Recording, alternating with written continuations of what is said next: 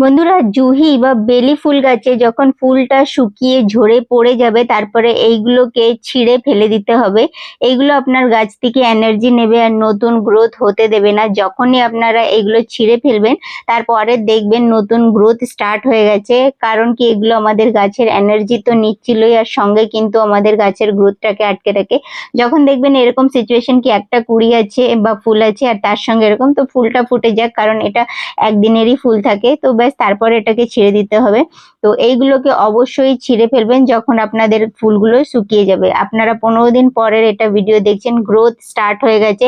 আর এই নতুন গ্রোথেই কিন্তু আমাদের নতুন কুড়ি থাকে। আমি একটু জুম করে দেখিয়ে দিচ্ছি আপনাদের, কি এতে দেখুন এই ছোট্ট ছোট্ট কুড়ি তৈরি হওয়া স্টার্ট হয়ে গেছে।